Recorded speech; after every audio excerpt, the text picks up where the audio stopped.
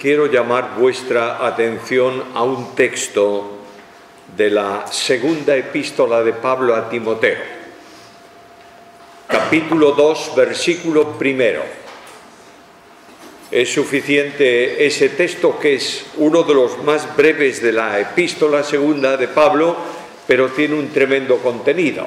Y dice así la palabra del Señor: Tú pues, hijo mío, esfuérzate en la gracia que es en Cristo Jesús. No cabe duda que hoy es un día especial para la Iglesia, día en que se va a ejecutar, a cumplir la ordenanza de Cristo en cuanto al testimonio, al bautismo. Jesús estableció dos ordenanzas para la Iglesia: el bautismo, en donde el que se bautiza testifica que Cristo es su Salvador personal, que está identificado con Cristo, que ha muerto con Él y ha resucitado con Él, que está sentado con Él en lugares celestiales y que espera su venida. Esta es la esperanza cristiana, la razón de ser del cristiano, y se expresa simbólicamente en esta ordenanza. Pero también está la cena del Señor. La cena del Señor, la segunda o la primera ordenanza, como vosotros prefiráis, establecida por Cristo como rito perpetuo para la Iglesia hasta que Él venga, expresa lo que Él ha hecho y lo que Él es. Cuando venimos a partir el pan, y las dos ordenanzas están hoy presentes, estarán hoy presentes en esta reunión, cuando venimos a partir el pan no venimos específicamente a recordar la muerte de Cristo. No hay ningún texto en el Nuevo Testamento que lo diga así. Venimos a proclamar la muerte del Señor, a anunciar la muerte del Señor. Si nosotros invertimos el recuerdo, convertimos la ordenanza en un velatorio y estamos siempre pensando en un muerto. Y el culto es triste, es lento, siempre con cánticos muy solemnes que hacen estremecer el corazón más que hacer llorar los ojos. Cristo vive. Y Cristo dijo: haced esto en memoria de mí. Y el culto cambia. La ordenanza es una ordenanza de recuerdo. ¿Cuántas veces el Espíritu Santo toca el alma cristiana hasta el punto de guardar silencio? Porque sentimos que aquel que murió por nosotros lo ha dado todo. Y extiende a veces sus manos a la congregación y le dice: mirad mis manos, son manos taladradas. Y en esas marcas de la cruz yo tengo que decir como Pablo: el Señor me amó y se entregó a sí mismo por mí. Y el alma guarda silencio. Pero la tumba está vacía y el Señor ha resucitado, y el corazón cristiano el domingo por la mañana espera que se produzca, se cumpla su promesa: vendré otra vez y os tomaré a mí mismo, para que donde yo estoy vosotros estéis conmigo. ¿Y hay esperanza en eso? Sí. ¿Por qué? Porque dice a continuación: y sabéis a dónde voy y sabéis el camino. Y Cristo se convierte en camino para nosotros y sentimos la grandeza de su presencia en nuestra vida. Ahora, quienes se van a bautizar hoy van a decirnos con su testimonio silencioso, sin palabras: tenemos a Cristo. Cristo está en nuestra vida. Vivimos a Cristo y esperamos a Cristo. Y nosotros decimos, llenos de satisfacción: amén.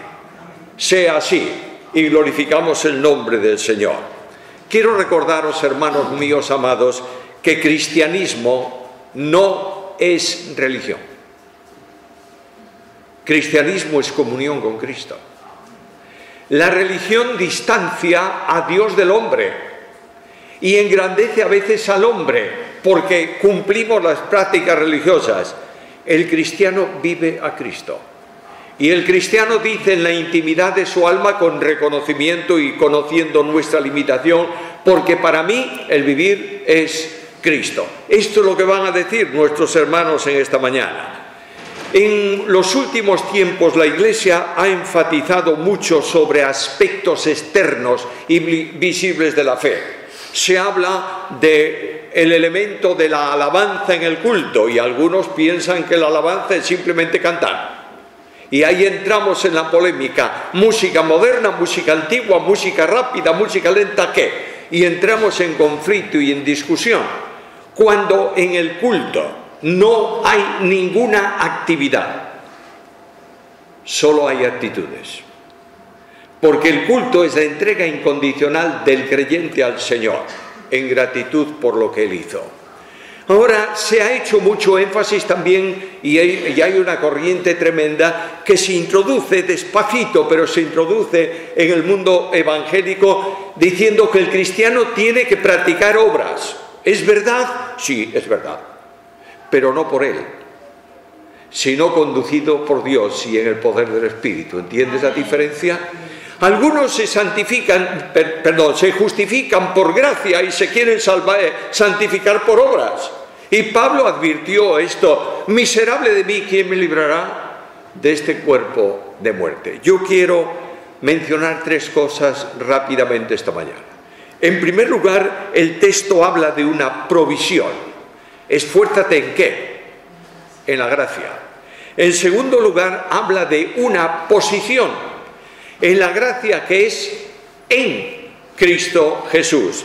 Y en tercer lugar, hay una responsabilidad ineludible. Esfuérzate. Estas tres cosas así de simples y sencillos quiero dejarlas para la iglesia esta mañana, para mí el primero y para mis hermanos que se bautizan hoy. La razón de vida cristiana descansa justamente en esto. Primeramente, en una provisión. ¿Qué dice Pablo? Esfuérzate en la gracia. La gracia es una de las manifestaciones del amor de Dios. El amor de Dios descansa en dos grandes pilares: misericordia y gracia. La misericordia es el amor en extensión. El profeta, cuando ve la destrucción de Jerusalén, el profeta Jeremías, en Lamentaciones dice: no hemos sido consumidos, porque nueva es cada mañana su misericordia, grande es tu fidelidad. Ayer por la noche nos acostamos todos sabiendo que Dios nos amaba, ¿verdad? ¿Sí o no? Amén. Amén. Esta mañana abrimos nuestros ojos. ¿Nos sigue amando? Amén. Claro que sí. Y cuando vamos en el transcurso del día y cometemos una falta y tenemos una caída y tropezamos, ¿nos ama? Claro que nos ama. Esa es la misericordia. Dios pasa nuestras miserias por su corazón y responde a nuestras necesidades. Por eso el profeta dice: nuevas son cada mañana. Dios ama siempre. Misericordia es el amor en extensión. Gracia es el amor en descenso. La gracia obliga, permitidme decirlo con toda precisión, obliga a Dios a descender al encuentro del hombre. La gracia fluyó en el corazón de Dios en el plan de redención. La primera manifestación de exteriorización divina para que se le conozca no fue la creación. Antecediendo a la creación fue el plan de redención. De otra manera, antes de que Dios dijese por primera vez sea la luz, ¿sabéis lo que dijo? Sea la cruz. Y Dios ha determinado salvar al pecador, no porque el pecador se iba a perder, sino por su gracia. Y en esta gracia Dios respondió antes de la creación del mundo a tres preguntas: ¿quién? ¿Cómo? ¿Cuándo? ¿Quién lo hará? ¿Quién será el Salvador? La segunda persona de la deidad, el Hijo amado de Dios en carne humana. ¿Cuándo lo hará? Pablo responde a la pregunta en Gálatas 4:4, cuando vino el cumplimiento del tiempo. No hay nada que Dios no tenga bajo su control. No hay nada que se anticipe al programa de Dios, nada que se posponga a Él. En el cumplimiento del tiempo, Dios envió a su Hijo, nacido de mujer. ¿Y cómo lo hará? Lo hará mediante el sacrificio de su propia vida en entrega personal y voluntaria. Por tanto, la gracia es el amor en salvación. Y cuando yo pienso cuándo fluye la gracia del corazón de Dios, la Biblia me dice en el plan de redención. Porque Dios establece la salvación de una sola manera. La salvación es por gracia mediante la fe. Nadie se salva por obras. Nadie se salva cumpliendo algún rito. Se salva cuando pone su vida en entrega incondicional al Señor. Cuando de alguna manera, no importa la expresión, a veces sin palabras, el alma dice a Cristo, sálvame. Y Cristo dice, confía, hijo, tus pecados te son perdonados. Si ahí comienza la andadura cristiana, así de fácil y así de sencillo. Quiero recordaros algo. Si hay alguna persona esta mañana que lleva años en el Evangelio, entre comillas, que conoce perfectamente la Iglesia, que canta al Señor, que ministra, no importa lo que, y no ha entregado su vida a Cristo en entrega incondicional, se va al infierno. ¿Está claro o no? Tenemos que ser muy claros en este asunto. La salvación se produce en un acto de fe. ¿Crees en eso o no? Cuando el carcelero de Filipos preguntó al Señor, preguntó a Pablo, ¿qué es menester que yo haga para ser salvo? ¿Cuál fue la respuesta? Cree en el Señor Jesucristo y serás salvo. Ahora, amigos míos, creer no es asunto intelectual, es asunto vivencial. El apóstol Pablo dice que se cree con el corazón y se confiesa con la boca. Creer es un acto de entrega. El Salvador viene a tu encuentro y te pregunta, con las palabras que sean, ¿quieres ser salvo? Se lo dijo a aquel enfermo, ¿quieres ser sano? Me lo dice a mí espiritualmente y a ti también, ¿quieres ser salvo? Y tú dices al Señor, impulsado por el Espíritu Santo, que te convence de tu situación de pecado y de miseria. El predicador no convence a nadie. Es el Espíritu que lo hace. Amén. Solo cuando el Espíritu te manifiesta tu condición de pecado, la de la justicia de Dios y la de juicio sobre el perverso enemigo del hombre, es cuando quieres clamar al Señor por salvación. Déjame ponerte un ejemplo de esto. No sé cuántos de vosotros habéis leído un libro de vida cristiana impresionante. ¿Sabéis cuál? El Peregrino. ¿Alguien lo ha leído aquí? Muy bien, fantástico. Cristiano oye el mensaje del Evangelio y sale buscando salvación. ¿Conoce el Evangelio? Sí. Sobre su espalda una carga pesada que dice Juan Bunyan que es la carga de sus pecados, atada sobre su pecho con cuerdas. Y de pronto en el camino levanta los ojos y ahí está la cruz de Cristo. Y sube a la cruz y entrega su vida a Cristo. Y dice el escritor que sintió como se desliaban las cuerdas que sujetaban su carga. Y la carga, cayendo de sus espaldas, corrió por el monte y se perdió en un sepulcro. Y cuando Cristiano sintió su liberación espiritual, ¿qué hizo? Lo que hicimos esta mañana, cantar. El canto no es una costumbre que hay que ejecutar, es el alma que siente la necesidad de alabar a Dios. Y Cristiano cantó aquel hermosísimo himno que dice, vine cargado con la culpa mía de lejos, sin alivio a mi dolor, mas en este lugar, ¡oh, qué ventura! Mi solaz y mi dicha comenzó. Aquí cayó mi carga y su atadura rota yo sentí. Bendita cruz, bendita sepultura y más bendito quien murió por mí. Esta es la vida cristiana. Es la vida en donde el Señor extiende la mano a la oveja perdida y la coloca sacándola de su miseria y llevándola al redil. Esa gracia se produce esta mañana en tu vida y en la mía. ¿Tú crees que yo tengo algún derecho a hablar para vosotros esta mañana en el nombre del Señor? ¿Qué va? Soy una persona humana con mi carga espiritual. pero la gracia de Dios me sustenta. Y cada vez que he tropezado, nunca he sentido el desprecio de Jesús, sino el cariño amado del Verbo de vida.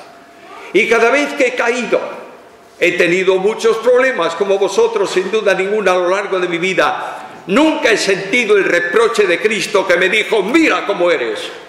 Solo su mano taladrada que me tomó, me puso sobre sus hombros y me restauró al redil. Aquí tienes la gracia. Solo en esta gracia podéis vivir. Solo en esta gracia podemos vivir la gracia como única manera de salvación. No sé si entre nosotros esta mañana hay alguna persona religiosa. Yo alabo a Dios por las personas que son religiosas. Pero quiero decirte que el único camino de salvación es Cristo.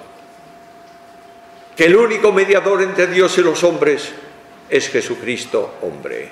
Y que la única vía para alcanzar el perdón de pecados y la vida eterna es en Cristo Jesús, recibiéndolo como Señor y Salvador personal. Puedes practicar la religión que tú quieras, porque ninguna religión salva al hombre. Solamente lo salva la gracia de Dios en Jesucristo, el único Salvador. Ahora, esta gracia, decía antes, obliga a Dios a venir, a descender. Mira, cada vez que encuentras gracia en el Nuevo Testamento está descenso. ¿Quieres 2 ejemplos solo? Bueno, hay muchos más, pero pongo 2. Juan 1:14, y aquel verbo, Dios, se hizo carne, hombre. ¿Descenso? Sí. Y se manifestó en él la gloria como del unigénito del Padre, lleno de gracia. ¿Quieres el segundo ejemplo? Prometí 2, va el segundo. Porque ya conocéis la gracia de nuestro Señor Jesucristo, que por amor de vosotros se hizo pobre, siendo rico, para que vosotros con su pobreza fueseis enriquecidos. Mi hermano amado, el descenso de Dios no es de aproximación al hombre, es de humanidad plena. El Verbo se hizo hombre, se hizo carne. Y algo más, permíteme que utilice una palabra que yo no creo que esté en el diccionario de la lengua castellana. Dios no se aproximó, se aproximó, se hizo nuestro prójimo. Él vino para gustar nuestra experiencia de vida, ¿o no? Nuestras tentaciones, puede ser tentado Dios, Santiago dice no, pero como hombre fue tentado, ¿verdad? ¿Puede tener hambre Dios?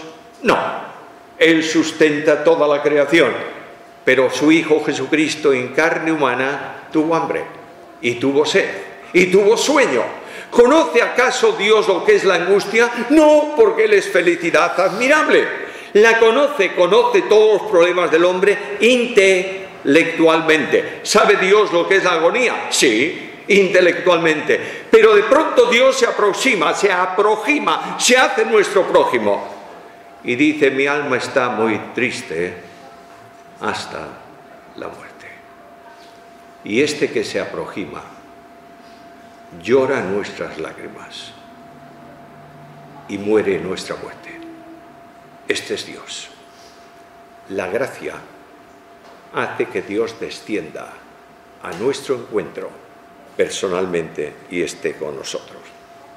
Ahora, esta gracia que salva es la gracia que santifica. Leo un texto de la primera carta de Pedro, capítulo 1, versículos 14 al 16. Como hijos obedientes, no os conforméis a los deseos que antes teníais estando en vuestra ignorancia, sino como aquel que os llamó es santo, sed también vosotros santos. ¿Cuándo?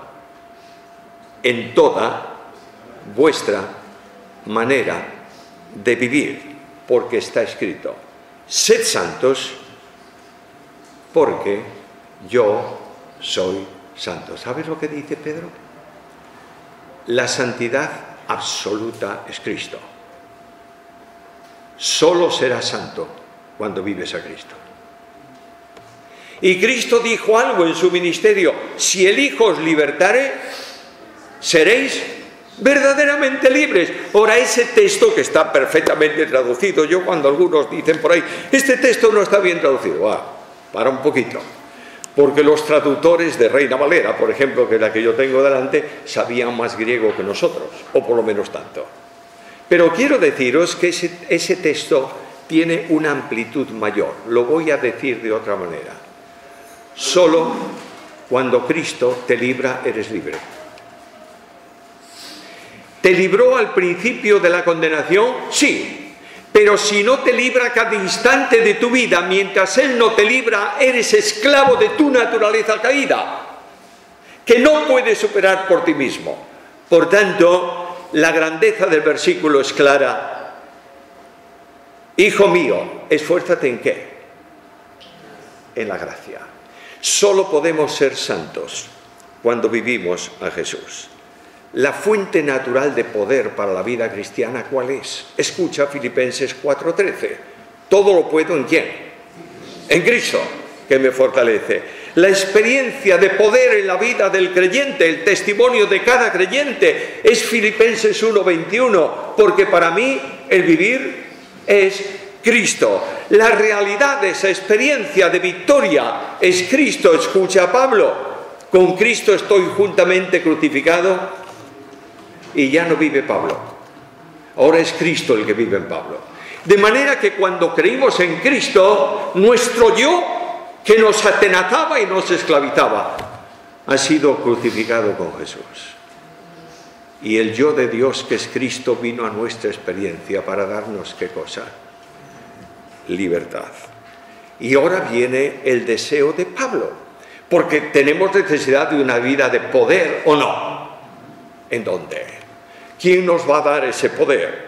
Escucha lo que dice Pablo cuando habla de su deseo, a fin de conocerle y el poder de su resurrección. No es un poder cualquiera, es el poder omnipotente de Dios que vive, que actúa en la vida del cristiano para que pueda decir, como decía Pablo,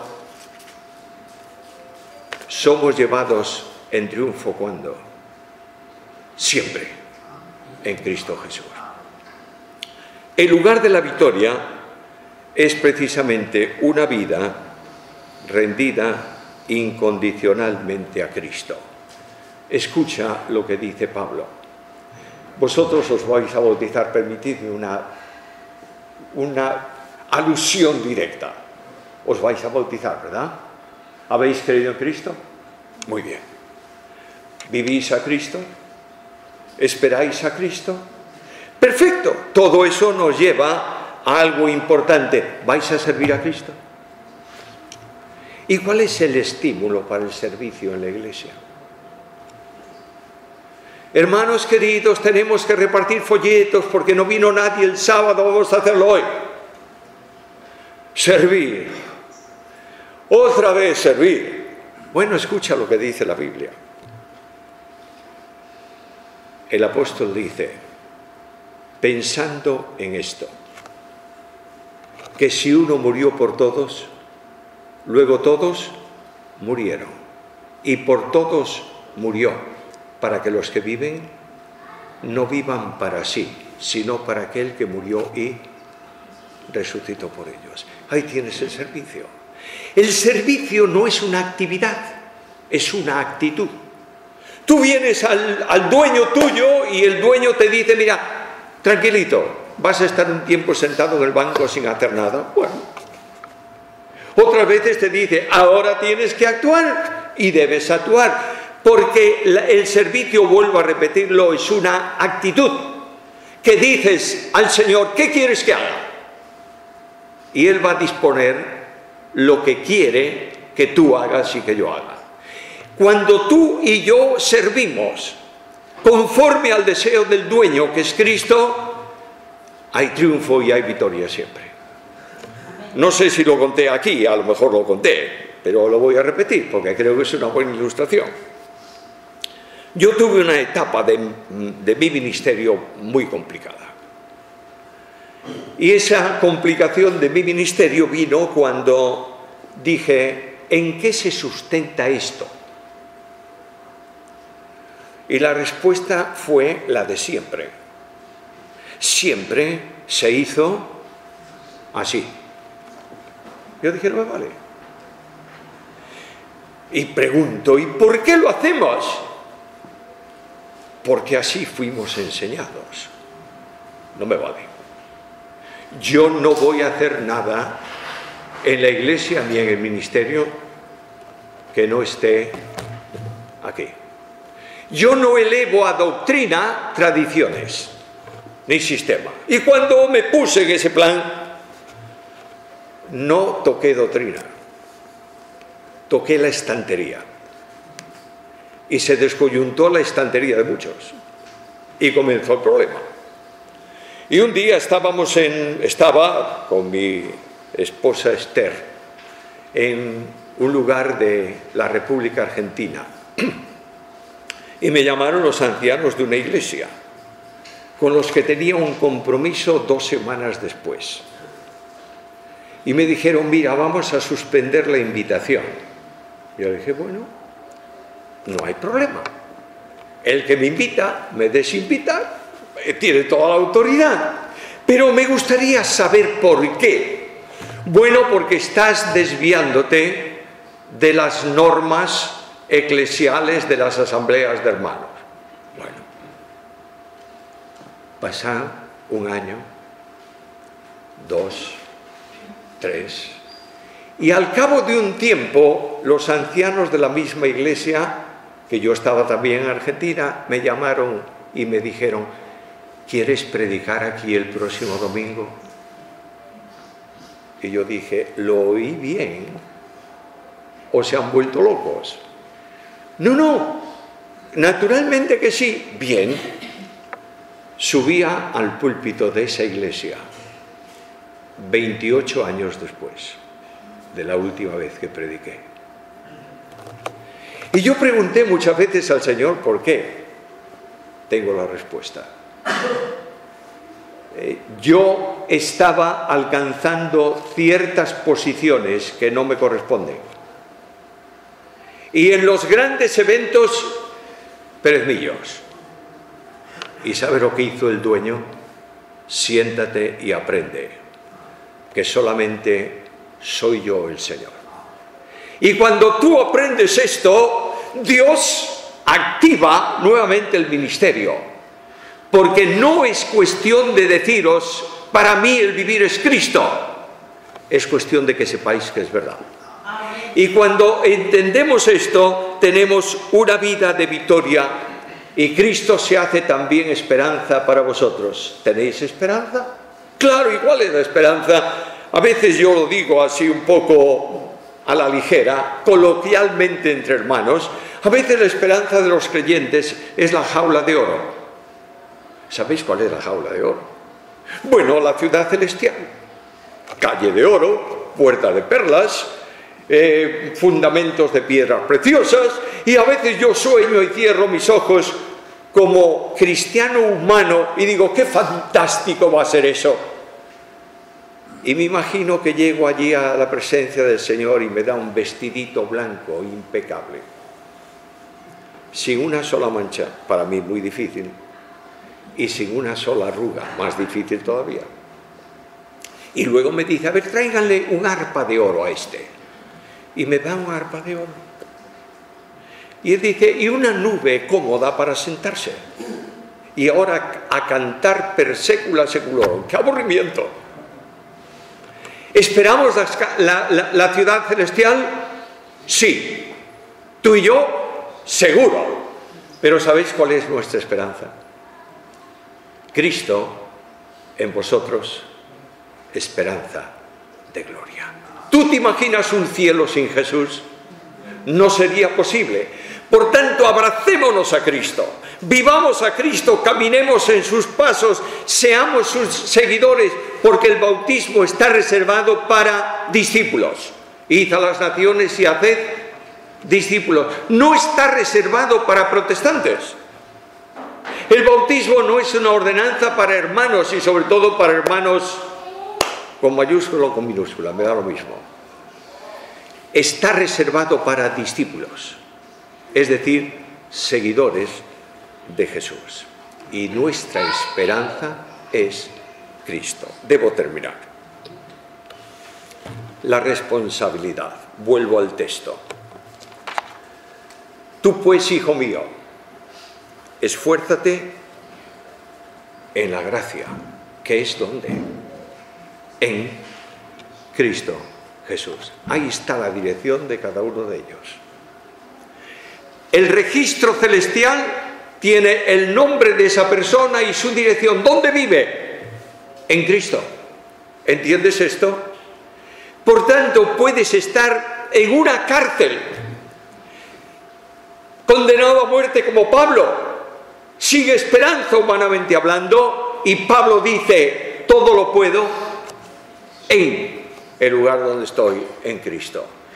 No hay posibilidad de vida cristiana si no es en Cristo. En Cristo tengo vida eterna, lo veíamos ayer por la tarde. En Cristo tengo esperanza de gloria. En Cristo tengo el poder que necesito. En Cristo tengo el ejemplo para seguir sus pisadas. Y en Cristo tengo todo el poder para una vida de santidad. ¿Entiendes esto? El secreto, amigos míos, hermanos míos, está en Cristo. Y mientras la iglesia no recupere a Cristo, será una iglesia triste que mendiga por todo y no tiene ninguna orientación. Cristo, solo Cristo y nada más que Cristo, porque es el único mediador entre Dios y los hombres. Ahora, yo tengo unos cuantos años. ¿Las fuerzas se agotan o no? Claro que sí, me lo digas que no. No era aquella época de Ferrol que veníamos desde la puerta de la Escuela Naval Militar hasta Carretera de Castilla y luego aquí a todo galope y no pasaba nada. Bueno, los que conocéis Vigo sabéis que Vigo es la ciudad más llana de Galicia, ¿verdad? No tiene prácticamente una calle llana, todos son cuestas. Y uno de los deportes que teníamos en la iglesia al final del culto era dos grupos de jóvenes. Unos por esta calle y los otros por la otra, a ver quién llegaba antes a un cruce de carreteras que había, que se llamaba Los Llorones. No sé por qué le llamaban así, pero se llamaba así. Íbamos, ganábamos o perdíamos echando la lengua afuera y 3 minutos después podíamos volver a repetirlo, porque teníamos muy pocos años. Hoy me mandan subir una cuesta en Vigo rápida y a la mitad de la cuesta digo, para un poquito, porque el motor no acelera más. Ahora, pasan los años, hay necesidad de fuerzas, ¿sí o no? Escucha la promesa de Dios. Dios da fuerza al que no tiene ninguna. ¿Notas lo absurdo de Dios? Cuando tú multiplicas por 0 una cantidad, ¿cuánto te da? 0. Pero Dios toma tu 0 y en su lugar pone sus fuerzas. Y tienes fuerzas para correr, para levantar alas como águilas, para caminar sin fatiga, porque el que te esfuerza es el que da también la fuerza. Hermanos míos, escucha la fuerza de Dios en Cristo. Recibió el nombre que es sobre todo nombre, para que en el nombre de Jesús se doble toda rodilla de los que están en el cielo y en la tierra y debajo de la tierra, y toda lengua confiese que Jesús es el Señor, para la gloria del Padre. Y este Dios admirable que dijo, sea la luz, y fue la luz. Este que colocó los astros en sus órbitas. Este que colocó la hierba en el campo. Este que hizo al hombre es el que sustenta tu vida hoy, para que puedas hacer la grandeza, ejecutar, realizar la grandeza de seguir a Jesús en el camino. El secreto para la vida cristiana es justo eso. Y alguien me dice, bueno, entonces las obras que no valen para nada. Claro que valen. El que dice que cree y no obra conforme a la fe, tiene una fe muerta, que no le sirve para nada. Dios ha creado, ha puesto obras no para que las hagamos, para que andemos en ellas, para que sea nuestro estilo de vida, ¿verdad? ¿Y quién me da fuerza para eso? Porque, oye, honestamente, la vida cristiana, voy a hablar de forma humana, a veces es muy cansada, ¿eh? ¿O no? Pues sí, no digáis que no, porque sí. ¿Y quién me alienta para eso? Escucha la Biblia. Ocupaos en vuestra salvación, ¿cómo? Pero ahí no termina el texto, sigue. Porque Dios es el que en vosotros produce así el querer como el hacer por su buena voluntad. Qué bendición tan grande. Me estás pidiendo algo imposible, Señor, pero si tú me lo pides, vas a darme los recursos para que lo haga. Dios no pide nada para el que no capacite primeramente. Se cuenta que uno de los grandes maestros de teología de hace un tiempo, posiblemente de siglo y medio, por ahí, o 2 siglos, recibió un día a un periodista que le hizo una entrevista en la Facultad de Teología donde él enseñaba, y después de que terminó y le hizo preguntas y todas estas cosas, le dijo: profesor, usted es un hombre muy religioso. Y él le miró y le dijo: se equivoca. Yo no soy nada religioso. El religioso busca parecerse a Cristo. El cristiano es como Cristo. ¿Entiendes esto? Este es el secreto. Pido a Dios que bendiga vuestras vidas. Pido al Padre del cielo que en su gracia haga de vosotros instrumentos de servicio, de esperanza, pero sobre todo que entendáis que todo lo puedo en Cristo que me fortalece. Si eres capaz de decir, porque para mí el vivir es